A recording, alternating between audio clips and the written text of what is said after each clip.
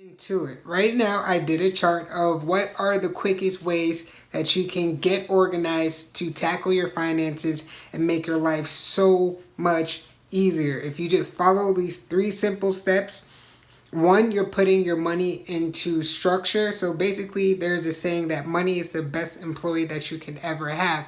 A reference from The Richest Man in Babylon by George S. Clason. So basically, money is the best employee you can ever have because it works nonstop.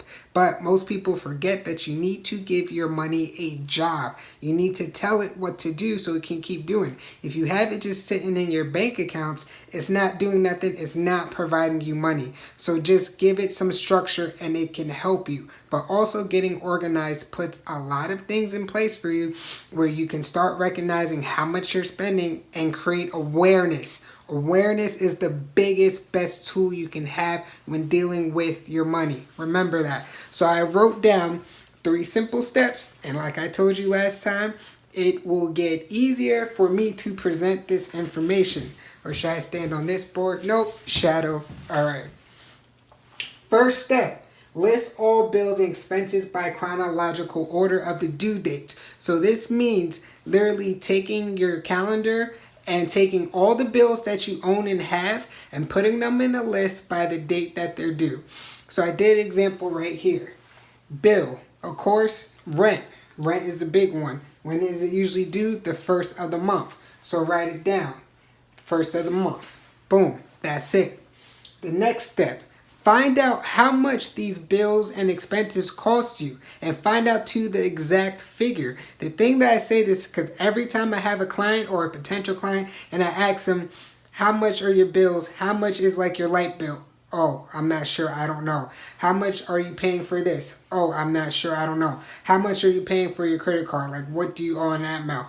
Oh, I'm not sure. And that's where you get, I will say, I won't call you out because I call myself out. That's where you get lazy because you're not even knowing how much you're spending this month. Like, it just keeps repeating that cycle of that whenever I'll pay for it, it's due.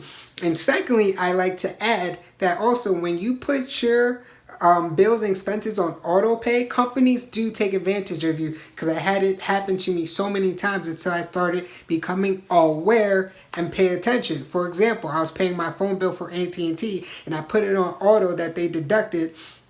Tell me why one month that they charged 10 cents more. And then another month, they charge 15 cents more. And then when I call them and ask them, why is this different? It's supposed to be a set rate, especially if I don't go over my data, especially if I don't go over my minutes. And they said, oh, I apologize. That's a mistake and we have to give you that money back. So you see that these companies that you put on auto bill that they tell you just put on auto bill are stealing from you. And a lot of people don't pay attention because it's taken right out of their account. And especially if you're in a position where you need every penny to the last cent, then you really need to know to the last cent how much you're spending on everything that you have. Okay?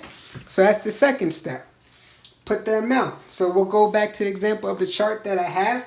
The amount for each expense down to the last cent. So even my phone bill, $125.35. Okay, title $9.99. Boom. Now the third thing that I want you to do, which I'm introducing because I'm going to show you a trick, how they can correlate. And this is basically like advanced financial strategic planning, or like I will say mathematics, right?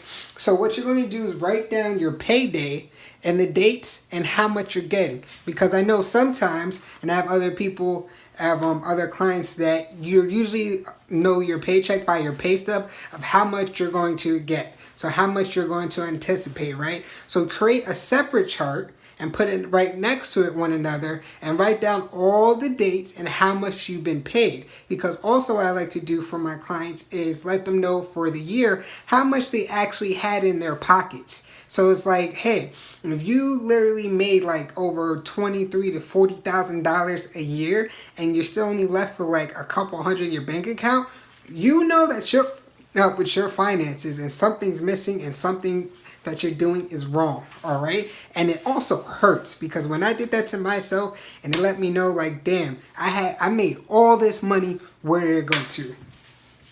So now, right here, that's what I did another one where, like, say October 5th, I got paid $117.44, and now October 19th, especially if you get paid bi-weekly. Some people get paid weekly, or even some people get paid bi-monthly, meaning that they just get paid either the 1st and 15th.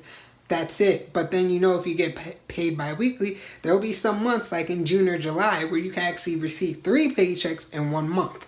So now, this is what it should look like.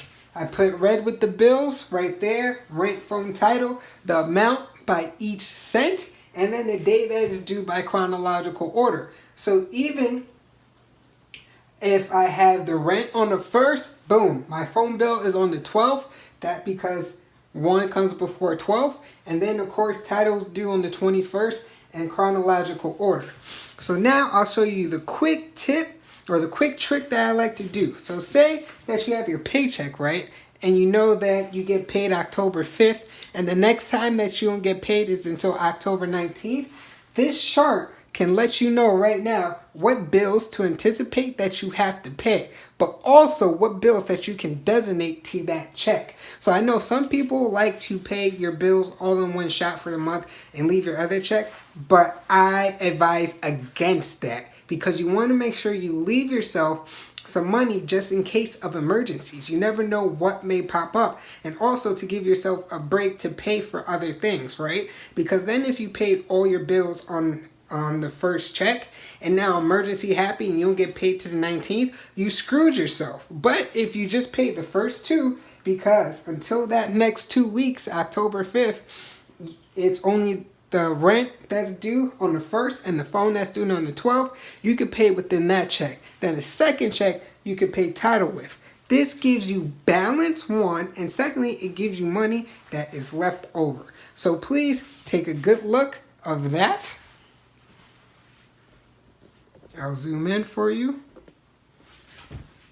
Boom.